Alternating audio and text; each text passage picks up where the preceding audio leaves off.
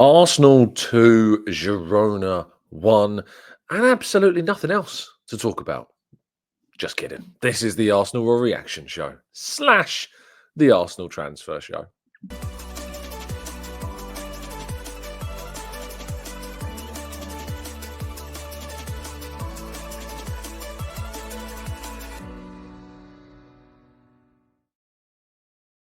Hello and welcome to the Gooner Talk, back again with you guys and girls for another episode of what is our Arsenal Raw Reaction Show, joining you the morning after the night before. I'm actually recording this at 6:30 a.m. UK time, 7:30 Spanish time. Reason being is that the time that I would actually be doing normal live show, I need to catch a train back to Barcelona, and there's not lots of trains regarding kind of the fast trains you can get back from this town outside of Barcelona. So apologies that this isn't the usual live show and that I can't interact with you in the chat, but we will be doing that as usual tomorrow morning.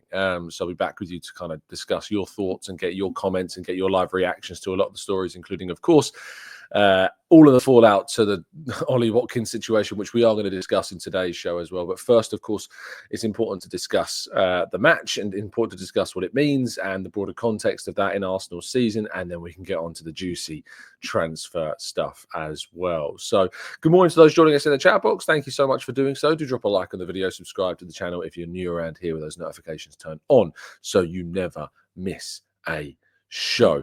So let's talk about Arsenal 2, Girona 1. Sadly, no slides for you today. There will be some prompts at the bottom, but it's been a very hectic time. I didn't get back from the stadium yesterday until it's a long walk. It's about 45 minutes back walk from the stadium to the hotel, and then it was already well gone midnight, and it was a case of get to sleep because I know I've got to wake up early to record this. So do accept my apologies for that, but you'll have some prompts on the screen.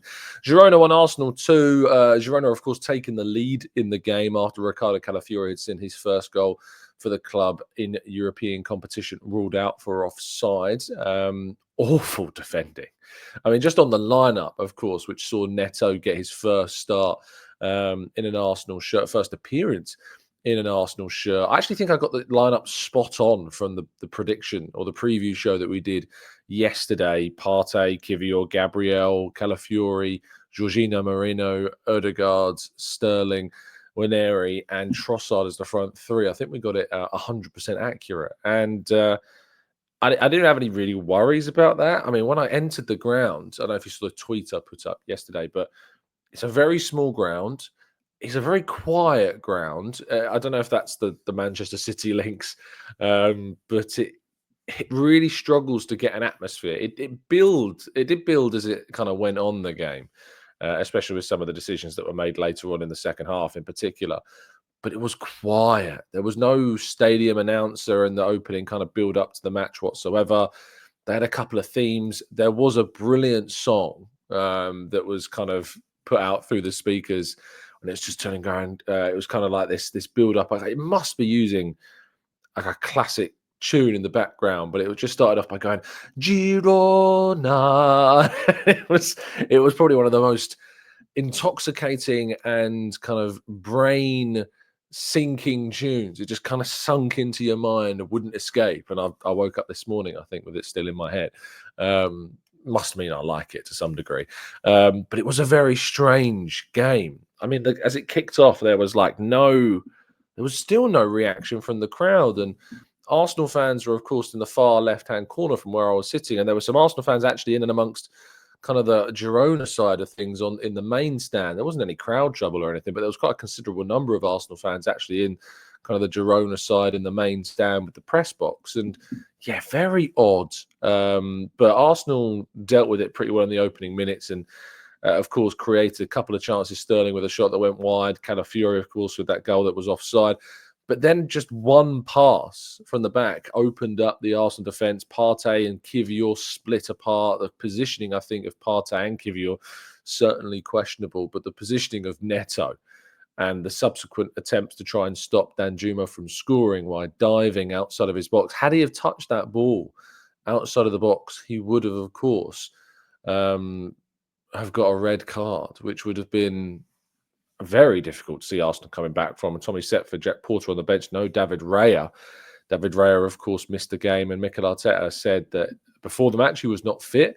After the match, he said he certainly could not play. He was asked by Simon Collins of the Evening Standard whether or not that means he'll be available for the game against City, to which he said, let's see how it develops, giving nothing away. But that's a big, big blow. If David Raya is out for this game, for any amount of time, Neto is not David Raya.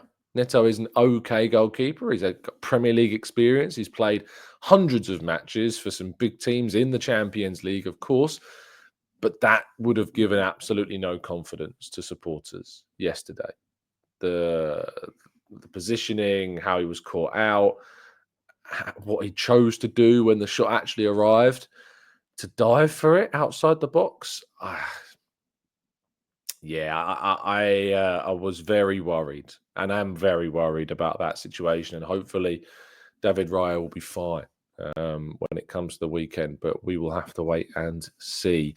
But yes, Arsenal did manage to recover quite quickly, and Thomas Partey won a soft penalty. It's probably fair to say, probably softer than the one that we actually managed to get later on in the game. It was actually another one where Martinelli, right at the end of the game, kind of put a cross into the box and was like fouled after he'd crossed and nothing was given. I thought that was more of a penalty than the one that we actually got. But Jorginho steps up and scores.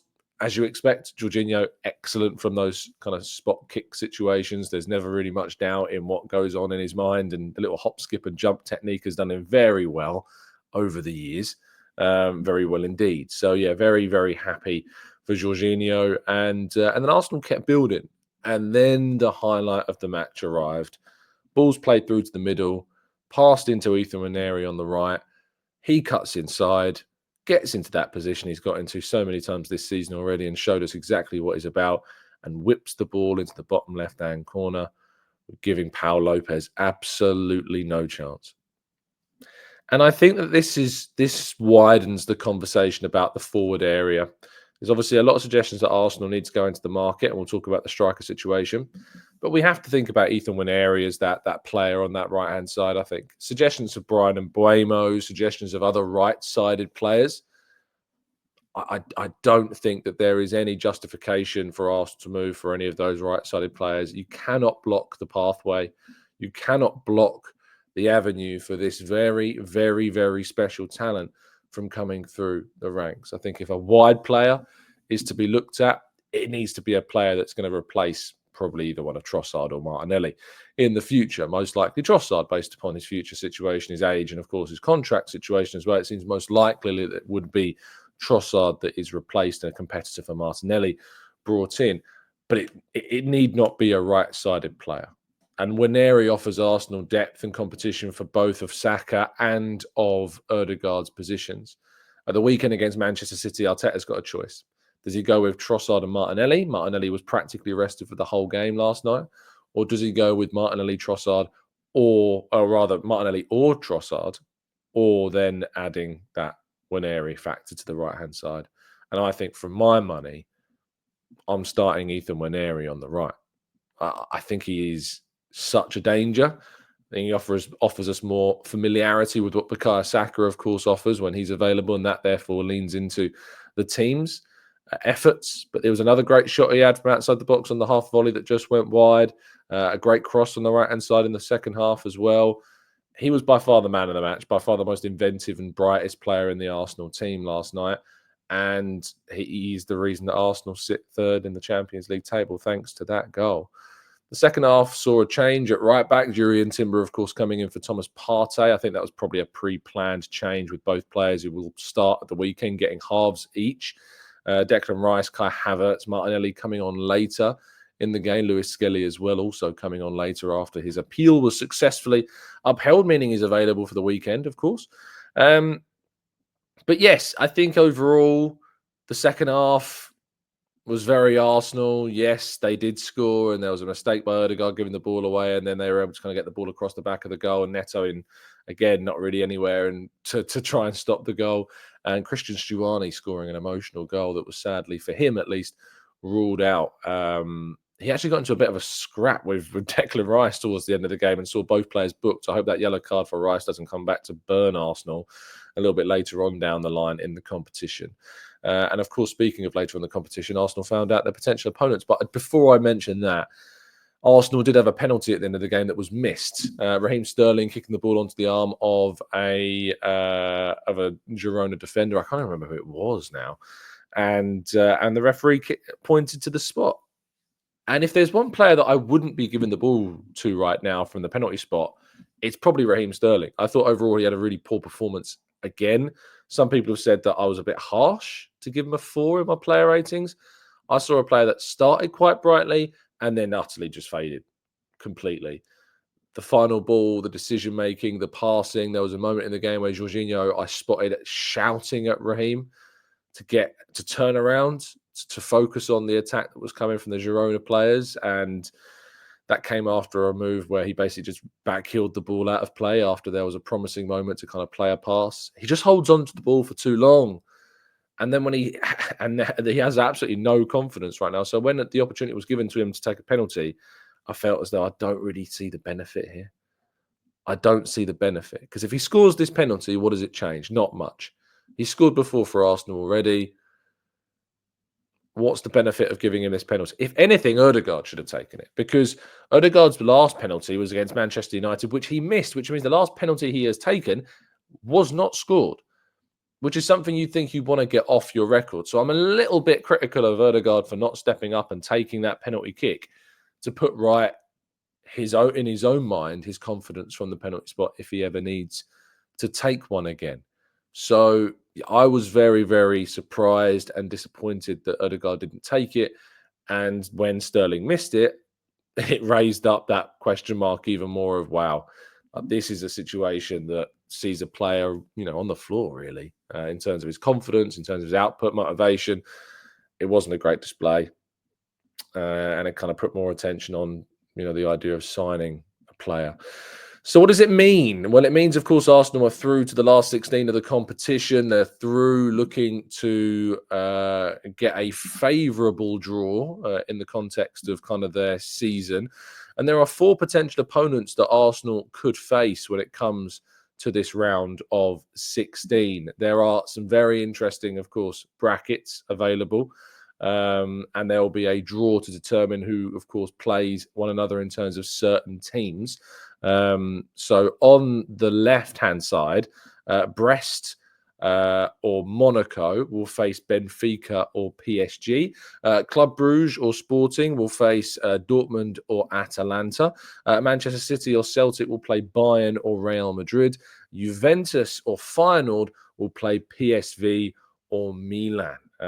So there is a chance of that happening. There's a chance, of course, of those teams playing some other opponents on the other side of the bracket.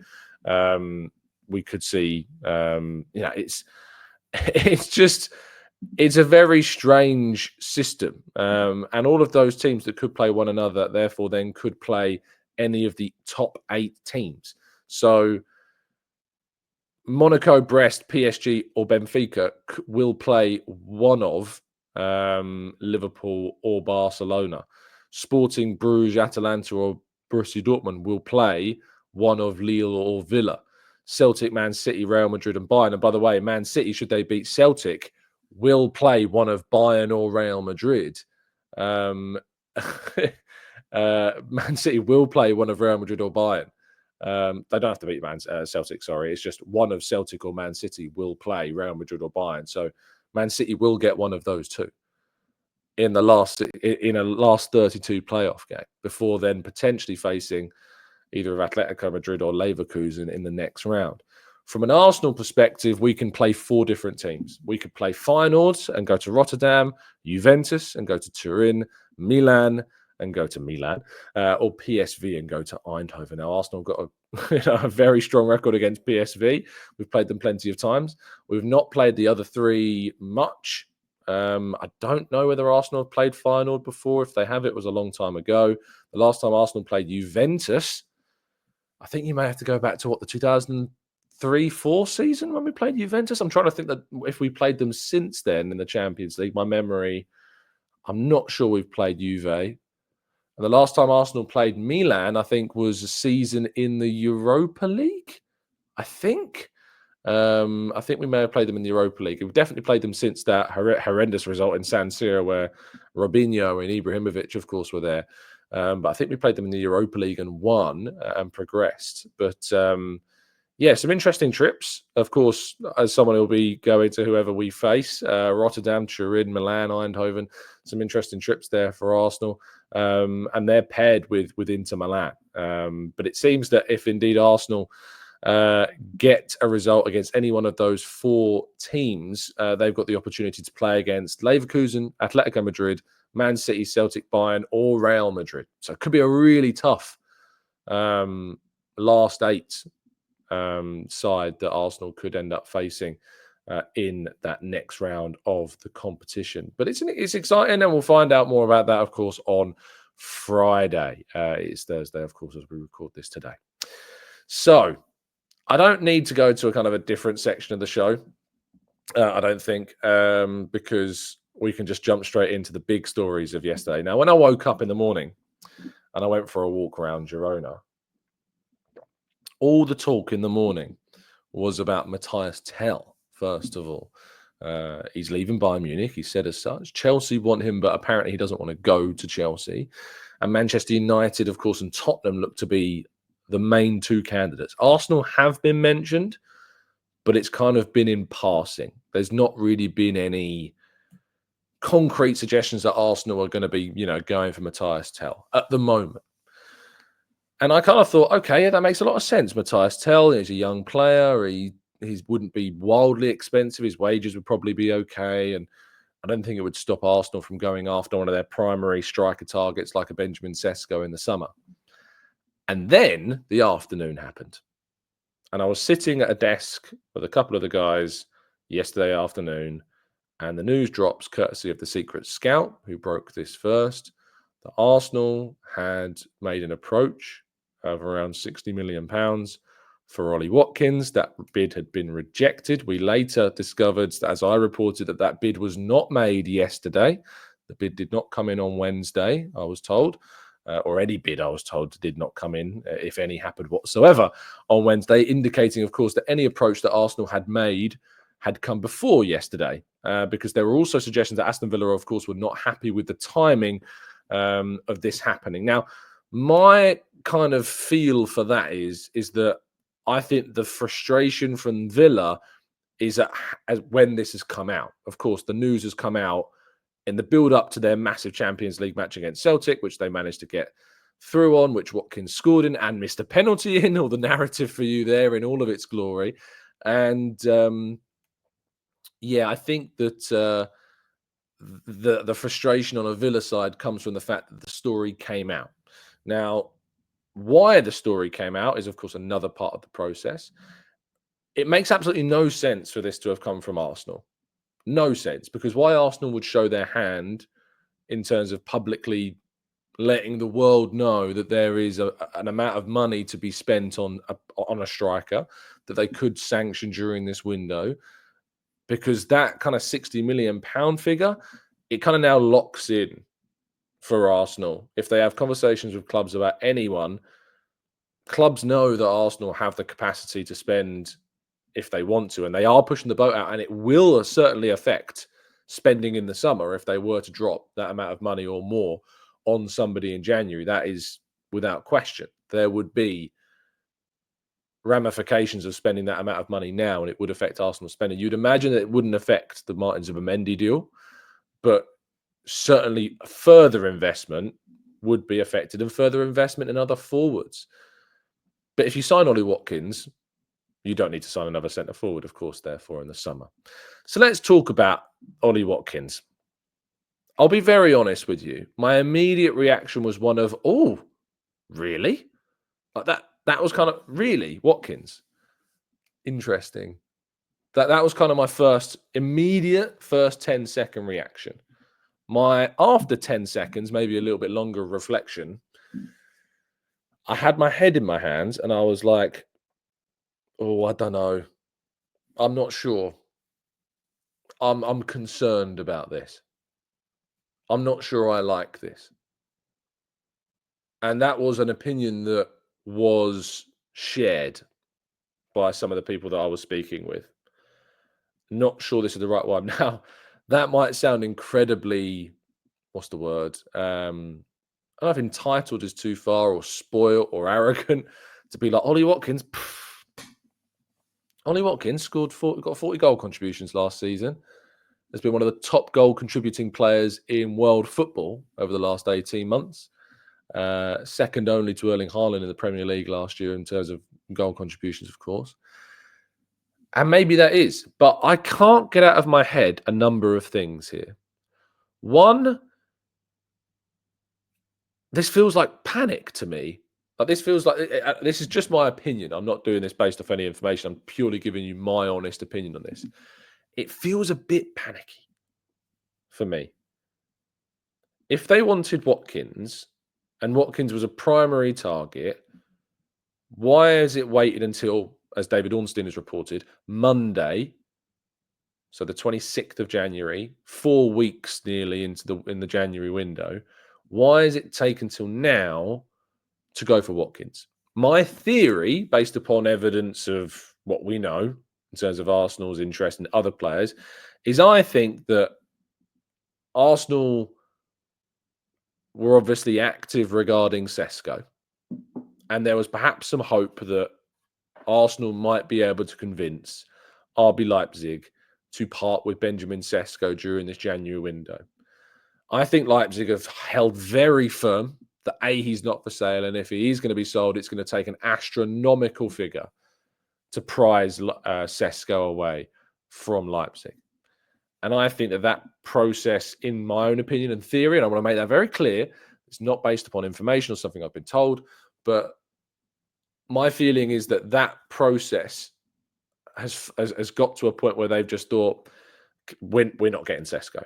But we absolutely, and after the Gabriel Jesus injury as well, compounded that desire and desperation. Not desperation, I think maybe desperation. It's probably desperation to a degree, because you're down to Kai Havertz and Trossard, and that's it. But that Gabriel Jesus injury has compounded issues to a point where it's getting to the end of the window. Sesko is not going to happen. Who is going to be out there? Could Duran's situation mean that Villa might be open to selling Watkins? Have they gotten any encouragement from Watkins' side? We know that Watkins is a big Arsenal fan. We know that he's on the record as saying that a move to Arsenal would be a dream for him. And they see that potentially as an opportunity. And therefore, they've tried to go big on Watkins and offer Aston Villa a deal to sign him. Now, I'm not necessarily keen because, and I've waited until now to bring this up in this mini monologue, his age is, for me, is a bit of a block. And I see the argument that you spend 60 million now, you wait for the transfer market to change in a couple of years' time, 2-3 years, not next summer, but the summer after or the summer after that, and hope that Watkins can deliver you goals in this period of time, in the time between that. I get that. I hear that. But Arsenal clearly very, very, very much like Sesko. If you sign Watkins, that's done. Sesko goes somewhere else, and he will go somewhere else. Probably maybe a Chelsea. That would be my prediction. Probably end up at Chelsea, Benjamin Sesko, if Arsenal sign Watkins. There's no guarantee that the striker market does improve, and it could be that even that the likes of Sesko and Gyökeres are the best options that we see in the market for the next couple of years. Add to that some other names, Santiago Jimenez, if you like. And that's a risk. I think it's a really, really, really risky move. If it was me, I'd try and get Tell for either a loan with an option or a smaller fee. But I know there are obviously other teams interested in him. Manchester United looking the most likely at the moment. I'd rather move for Matthias Tell in the short term and then go big money on a Sesko when he's more available, when Leipzig are more amenable to a deal in the summer. Yes, we need someone now. Yes, if we don't sign anybody, it's a failure. I don't really buy into the theory of, Arsenal are just trying to show that, Arsenal are just showing that they have bid, that this is trying to appease people. No, we know that Arteta is a big fan of Watkins. There's suggestions that Arsenal are going to go back again with another bid at the time of recording at 7 o'clock UK time. We don't know when or if that will go in, but it has to go in today, because the other element of this story is the John Duran situation. Now, the Saudi window closes in the next 24 hours. The Saudi window closes with Al Nassr, of course, looking to try and sign Duran, and have apparently agreed a deal closing in a figure of 90 million euros, 77 million euros plus add-ons. And he is expected to undergo a medical, according to David Ornstein, a little bit later on, if not already. That deal is very advanced. And Aston Villa will not sell both. I know that people have read Unai Emery's comments and heard what he said. We've had clarification that they will not sell both. Both will not go. It will be one or the other that leaves. And if that's the case, then with John Duran very, closing on that move to Al Nassr, Arsenal have to give Villa an ultimatum.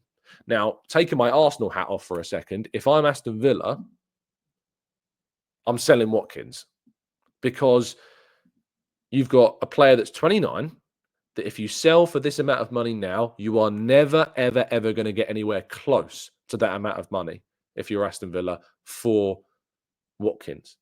The money that you're being offered for John Duran, you absolutely could get. You could even get it 6 months later in the summer, I reckon, as well. And maybe Duran could even get more money if he goes on a good scoring run in the Premier League himself in these final 6 months of the season. Financially, logistically, it makes much more sense for Aston Villa to sell Watkins to Arsenal and keep Duran, a ready-made replacement who could be even better than Watkins potentially one day. There's no guarantees of that. I've got my doubts about that myself, but that's definitely a factor. Definitely could be potentially there for Villa. If I'm Villa, I'd sell Watkins to Arsenal. And I'm not saying that as a man who wants him necessarily, as I've just explained to you. So Arsenal have to make a play, have to make another approach, have to go in with another bid if they really want Watkins, and we have to learn of it today. It has to happen today, because the Saudi window is closing in the next 12 to 18 to 24 hours, and John Duran leaving means that Watkins will stay, and Arsenal will need to panic again and look for somebody else in the final days of the window. You can't say that Arsenal aren't ambitious when it comes to this deal. There can't be any question marks about Arsenal being ambitious, because while they've wanted a key target, they are willing to go and bid big on a player that will give them immediate impact, as he will. He's got 18 goal contributions this season, 10 goals, 8 assists. Last season, he got 40 goal contributions. It has dipped, but it's dipped because, of course, of John Duran's presence in that team and the more of the rotation that Watkins gone under. He's got an excellent injury record, it should be pointed out. So that you'd hope that he is joining Arsenal. So touch wood.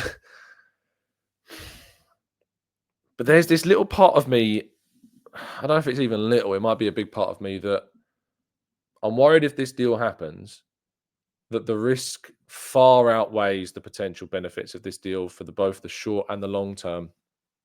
Stylistically, does Watkins fit us? Is he more of a counter-attacking type centre forward that is better running through the channels? Can he hold up the play well enough? Can he play in a team that dominates possession around an opposition box? His famous goal for England in the Euros, of course, came in a transition.